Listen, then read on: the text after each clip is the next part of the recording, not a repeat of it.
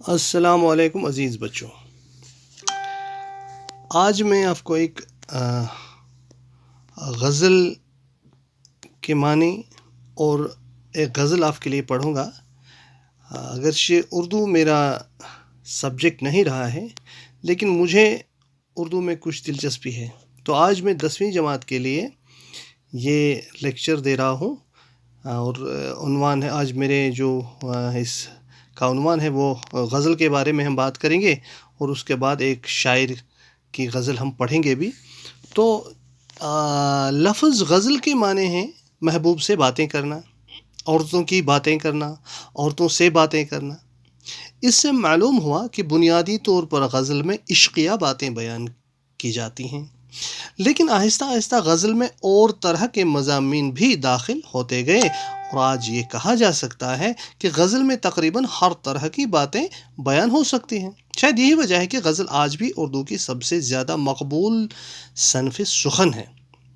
یعنی زیادہ تر باتیں اس میں عورتوں کی ہوتی ہیں، عشقیہ باتیں ہوتی ہیں، لیکن اور بھی مضامین پر آج کل غزلیں کہی جاتی ہیں، اور اردو لٹریچر میں، اردو ادب میں غزل کی ایک خاص مقام ہے. کہا جاتا ہے کہ غزل کی ابتدا قصیدے سے ہوئی. قدیم عربی شاعری میں قصیدے کے شروع میں کچھ اشعار معشوق کی یاد میں یا موسم بہار کی آمد وغیرہ پر لکھے جاتے تھے. ان اشعار کو تشبیب کہا جاتا ہے.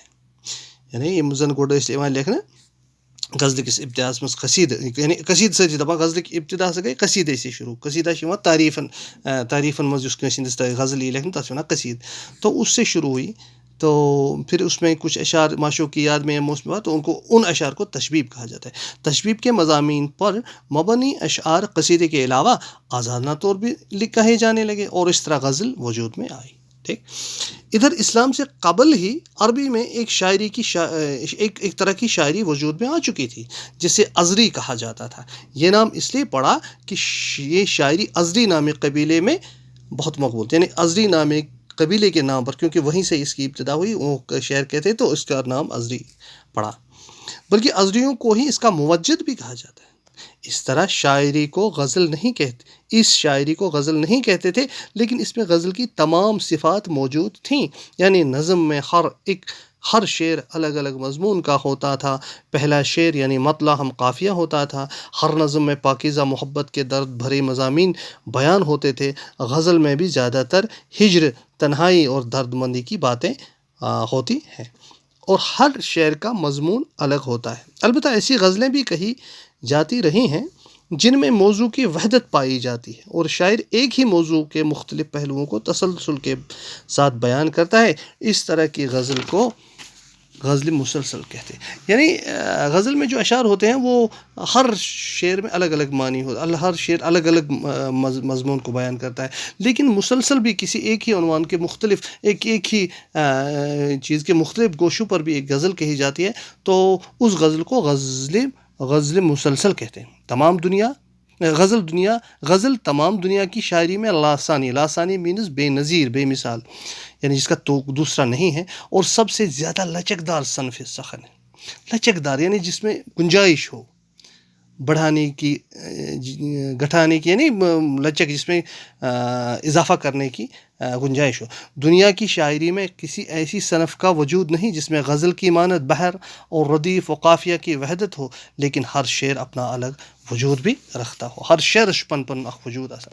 جیسا کہ ہم اوپر دیکھ چکے ہیں کہ غزل کی ابتدا عربی شاعری کے اثر سے ہوئی، اور فارسی شاعروں نے غزل کو واقعی غزل، تو صحرا جس کو غزل، کیونکہ عربی میں اس کو ابھی غزل نہیں کہتے، اس کو ازری کہتے تھے، حالانکہ شاعری کے اعتبار سے وہ غزل کی تمام تر وہ خوبیات اس میں ہوتی تھیں، لیکن اصلی اس شاعری کو غزل کو واقعی غزل بنا دیا ہے فارسی شاعروں نے.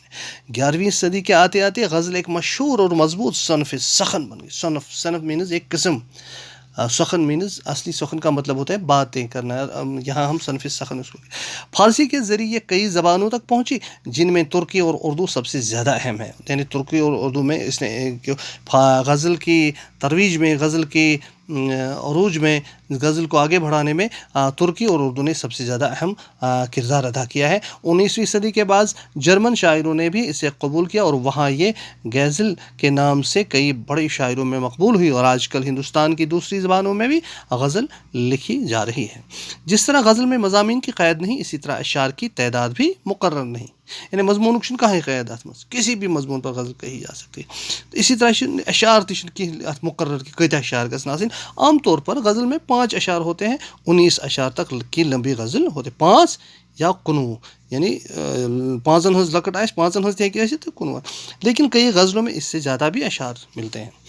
غزل کا پہلا شعر مطلع کہلاتا ہے، اس کے دونوں مصرے ہم قافیہ و ہم ردیف ہوتے ہیں۔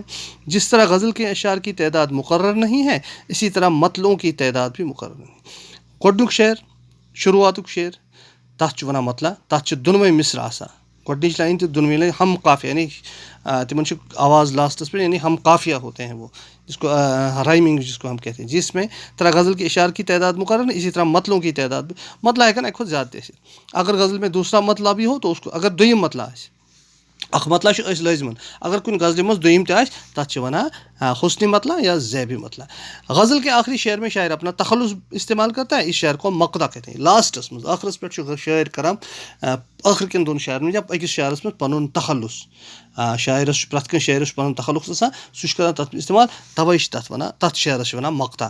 غزل کا سب سے اچھا شعر بیت الغزل یا شاہ بیت کا، غزلس منٛز چھُ کانٛہہ شعر آسان بڑٕ ساروِیو شعرو منٛز زیادٕ اصل، بہتریٖن، بڑٕ خوٗبصوٗرت، ہر لحاظ، ادبہٕ لحاظ تہِ، مضموٗن لحاظ تہِ، معنی لحاظ تہِ، تہٕ تتھ شعرس چھِ وَنان بیت الغزل یا شاہ بیت۔ جس غزل میں دف نہ ہو اور صرف قافیہ ہو اس کو غیر مردف کہتے ہیں۔ یتھ منٛز قافیہ آسان، ردیف آسہِ نہٕ کینٛہہ، تتھ چھِ وَنان صرف غیر مردف۔ وہ بحر اور ردیف و قافیہ جس کے لحاظ سے غزل کہی جاتے ہیں، اسے غزل کی زمین کہتے ہیں۔ اگر کانٛہہ یِمن مطابق ردیف قافیہ یِمن مطابق ای وننہٕ، تتھ چھُ یِوان وننہٕ غزل کی زمین۔ اردو غزل کی تاریخ لگ بھگ 400 سال پر پھیلی ہوئی ہے، اور ان 4 صدیوں میں ہزاروں شاعروں نے اس صنف سخن میں تباہ آزمائی، قسمت آزمائی کرن، یعنی پنن اتھ آزمون۔ قلی قطب شاہ، ولی اور سراج اور اورنگ آبادی دکن کے نمائندہ غزل گو شعر، غزل گو یس غزل ونان آسہِ، غزل گو چھُ فارسی لفظ کہنے والا، جبکہ شمالی ہند میں فائز، حاتم اور ناجی نے صنف غزل کے آغاز اور ارتقاء میں کردار ادا کیا۔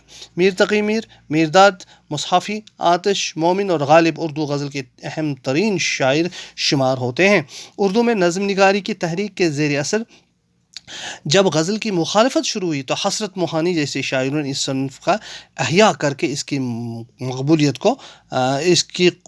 کو بحال کر دیا، یعنی یم سات ات شاعرن لج مخالفت گژھنہِ، واریاہ چیز لگۍ گژھنہِ، یمن تحریک گئی یمن خلاف شروع، مگر کینٛہہ شاعر یمن منٛز حسرت موہانی قابل ذکر چھُ، تٔمۍ کوٚر امیُک احیاء گوٚو بیٚیہِ کٔرٕن زندٕ اور امیُک مقبولیت کرن بحال۔ دور جدید میں اقبال، فراق، فیض اور ناصر کاظمی کے بعد خلیل الرحمن اعظمی، بانی، شہریار، محمد علوی اور افتخار عارف نے غزل کی موضوع اور اسلوب کی سطح پر نئی تبدیلیوں سے ہمکنار کر دیا اور اسے جدید دور کی حیثیت سے متعارف کرا دیا۔ جہاں تک ریاست جموں و کشمیر کا تعلق ہے، یہاں ایک الگ دبستان کا، یعنی دبستان کو باغ، یہ شاعرن ہند واریاہ بہلہِ پایِک شاعر چھِ ییٚتہِ، جسے اپنی امتیازی اعلیٰ شان کی وجہ سے اردو ادب کے اعلیٰ حلقوں میں قبولیت ہے۔ یہاں کے غزل کو شعراء میں رسا جاویدانی، شہزور کشمیری، تنہا انصاری، میر غلام رسول نازکی، شوریدہ کاشمیری، حامدی کاشمیری، حکیم منظور، عرش صہبائی، عابد مناوری اور شبیب رضوی نمائندہ حیثیت رکھتے ہیں۔ نئے غزل گو شعراء میں پرتپال سنگھ بیتاب، رفیق راز، رخسانہ جبین، شفق سوپوری، فرید پربتی، نذیر آزاد اور نکہت نظر قابل ذکر ہے، کٲشِر شٲعر۔ تہٕ وٕچھ پرو أسۍ اکھ غزل اکھ، یہِ چھِ لیٚچھمٕژ میر تقی میرس متعلق تہِ چھُو تۄہہِ لیکھِتھ کتابہِ منٛز، أمِس متعلق اس کے بارے میں بھی آپ کو پڑھنا چاہیے کہ میر تقی میر مختلف شاعروں کے بارے میں آپ کو پڑھنا ہوگا۔ تو پہلے جو غزل ہے یہ میر تقی میر کی لکھی ہوئی ہے، اور اس کو ہم پڑھنے کی کوشش کریں گے، اور پھر اگر ہمارے پاس وقت بچتا ہے تو پھر اس کا بھی میں آپ کو معنی بھی بتاؤں گا۔ تو غزل ہے یہ، میں ترنم میں پڑھنے کی کوشش کروں گا کہ اس سے بچوں میں دلچسپی پیدا ہو جاتی ہے۔ ہمارے آگے تیرا جب کسوں نے نام لیا، دل ستم زدہ کو ہم نے تھام تھام لیا، وہ کج روش نہ ملا راستے میں مجھ سے کبھو، نہ سیدھی طرح سے ان نے میرا سلام لیا، میرے سلیقے سے میری نبھی محبت میں، تمام عمر میں ناکامیوں سے کام لیا، اگرچہ گوشہ گزی ہوں میں شاعروں میں میر، پہ میرے شعر نے روئے زمیں تمام کی لیا۔ اور دوسری غزل ہے،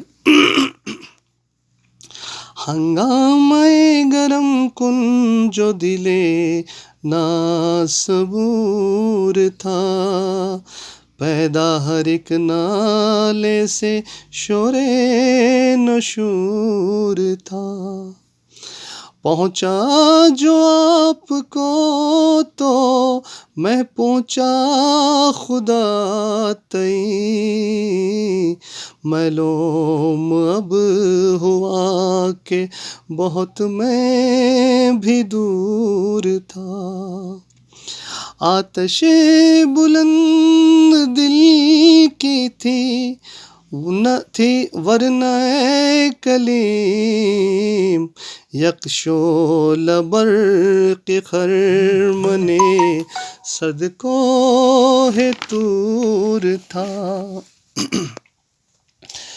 کل پاؤں ایک کاسے سر پہ جو آ گیا، یکسر وہ استخوان شکستوں سے چور تھا، کہنے لگا کہ دیکھ کے چل رہا ہے بے خبر،